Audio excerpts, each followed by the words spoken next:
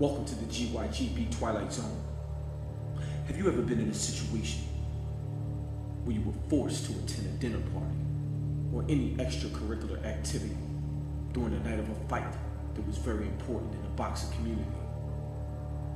What do you do when things happen like that? What would GYGB do? We will soon find out. You have just entered the GYGB Twilight Zone. Good job.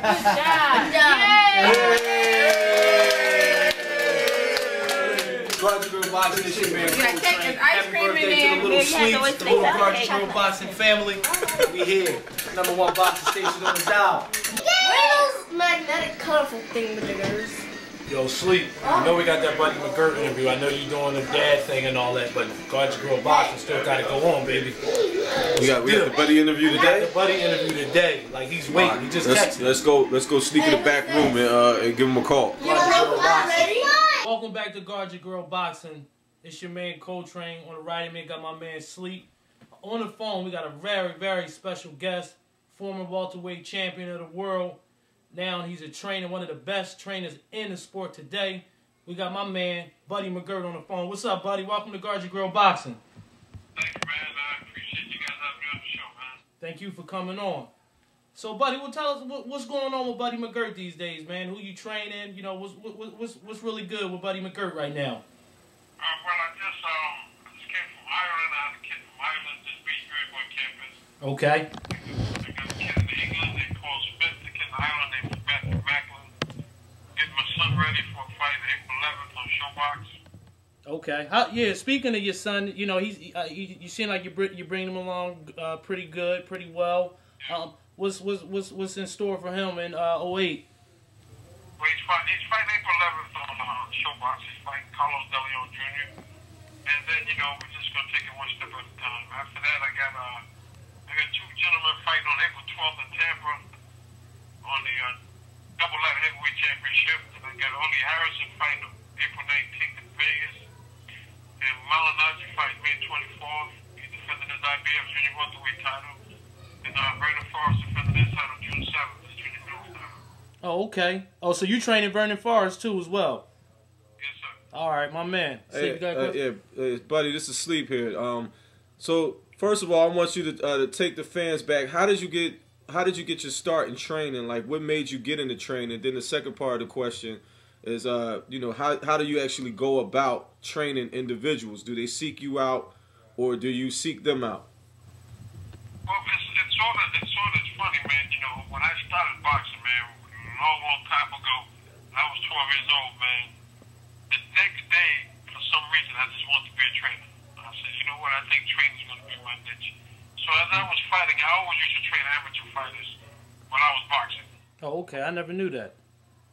And I really got into it serious, you know, when I retired.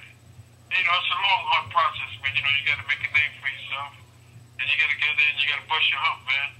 You know, you might get, you know, like they have some fighters who win a gold medal and they get that lucky break. You get some trainers that get that lucky break when they get a good fight right off the bat. But, you know, I had to take the bumps and bruises and, you know, in the road. But it was great because now I understand it more and I appreciate it more and I take nothing for granted. Okay. So far as seeking out people that you're going to train, do they come to you, or do you have your eye on an individual and you think you could take them to the next level? Well, you know, I've been pretty blessed in the fact that, you know, I went out here and I trained some up-and-coming guys. And then I got an opportunity with Johnny Tapia and Antonio Tarver and Chip Gatti. When I got that opportunity with them, you know, they went out and they, you know, they looked good in doing what they're supposed to do. And then people started seeking me out, and after that, it became more like a snowball effect. Oh, okay. Buddy, let me ask you this. You know, you always hear, like, from, you know, the general public, the members of the media, about a trainer spreading himself too thin, training a lot of fighters. You put any stock into that? Is that true, or, you know, what's your opinion on that? I mean, you know, people always tell you that, but at the same time, this is how we eat. No doubt. This is how we eat. So what we have to do is, if we get a lot of fighters, we have to get, you know, good and bad to help us work with us, these guys.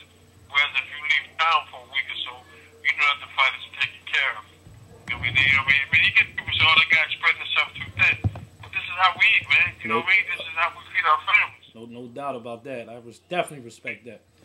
So, you know, a lot of these guys who are saying it are the same guys that wish they were in the position that the guy that they're talking about is in. Right. I mean, because, you know, if you know, I can see if you had, say, 3 or 4 guys fighting on the same week, then maybe. But if you got guys fighting a month apart or 3 or 4 weeks apart and you're going for 3 or 4 days, if you got someone there to help them while you're going for those 3 or 4 days, then you're okay. You're ahead of the game. No doubt. Much respect. I mean, you know, you get these guys, oh man, you're doing too much. You're doing this, you're doing that. But then in the same sense, they say, well, if you need the help, let me know. But the problem with that is that, you know, it's hard to find someone you can trust in this game, man. It's really hard. You know what I mean? Because, you know, you get guys that come in, you know, you try to help trainers, and then what happens is as soon as they leave you, I mean, you leave them with the fighters, they go behind your back. Speaking of trust, let me ask you this. There was some reports, and I don't know how efficient it, you know, how true this is, but it was some reports out there after Tarver, Fort Bernard Hopkins, you know, he was alluding to, you know, he didn't have a proper team behind him, and then you know, at that time, you was his trainer. You know, you got an opinion on that, or you don't have to answer it if you don't want, you know. I mean, I'll answer it, man. Listen, man. Tarver did everything right until the fight. There was nothing wrong from what I saw in training camp. He had a great training camp. You know what I'm saying? But I just think that, you know, you get so many people around you, you know, after you lose a fight that are looking. You see, you got to understand that when I got Tarver, a lot of people had written Tarver off. He had just lost to Eric Hardy.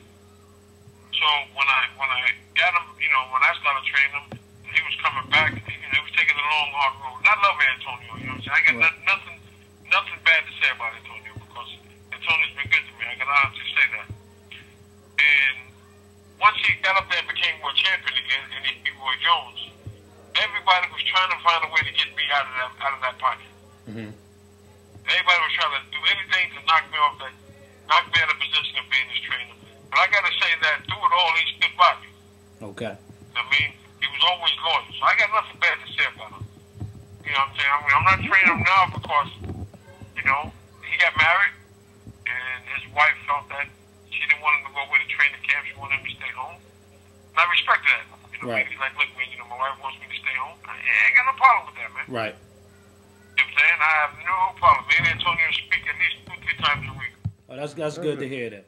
Yeah, Piggy. So, but when he had hinted on that he felt that he was poisoned before the fight. Okay. Which I personally think somebody put in his head. But that's not Antonio. Right. So Antonio's a man, he accepts defeat as well as victory. You know what I'm saying? So I just think that somebody probably put that in his head. He goes, you know what, yeah, maybe I could be right. Maybe I was poisoned, but I mean, as far as anything else, Antonio had a great training camp for that fight. Everything was perfect. You know what I'm saying? So that night, you know, Bernard was just a better man. There's nothing you can do about that. You can come up with 50,000 excuses. That night, Bernard was a better man. You know what I'm saying? If they fought again, I feel Antonio beat him. Oh, okay. Piggybacking on that, like you said, you got nothing but love for Antonio. You speak to him 3 times a week. It's one thing I noticed, and I have noticed throughout your career, like you seem to genuinely care for your fighters, and there was a lot of times where you stepped in and you stopped fights where you didn't allow your fighter to absorb like damaging punishment that could possibly hurt them after their career or, you know, affect their career going forward. And I think that's something that like a lot of casual fans should take notice of. Like, that you generally seem to have a passion for the sport and the fighters that you train. Well, thank you for that comment. I mean, for compliment, but a lot of people understand is that, you know, being an ex-fighter, you know, you know what it's like. You know what I'm saying? You've been down that road. And what a lot of people don't understand is that when a fighter's career is over, what else does he have? If he has not established himself in any type of business or set himself up, you know, educational-wise or anywhere where he can have something to fall back on, where does he go from there? Right. You got to start a whole. And unless he's one of those street fighters that made millions of dollars and invested it well, he's got to start a whole new life when his career's over. So why take a chance on a guy getting hurt? Because, you know, the bottom line is that when his career is over, I might have to look at his wife and kids one day. And if something happens to him, they're going to look at me. That's real talk right there. Because we all know that when a fighter's career is over, the trainers and managers, they forget your number, man. They might call you every now and then. Right. Other than that, man, you know what I mean? Unless you do, in real talk, if a fighter retires and he has a lot of money, his managers and them might keep in touch with him. Because there might be something they might need from him. But if he's down on his luck, believe me, they ain't taking his phone call.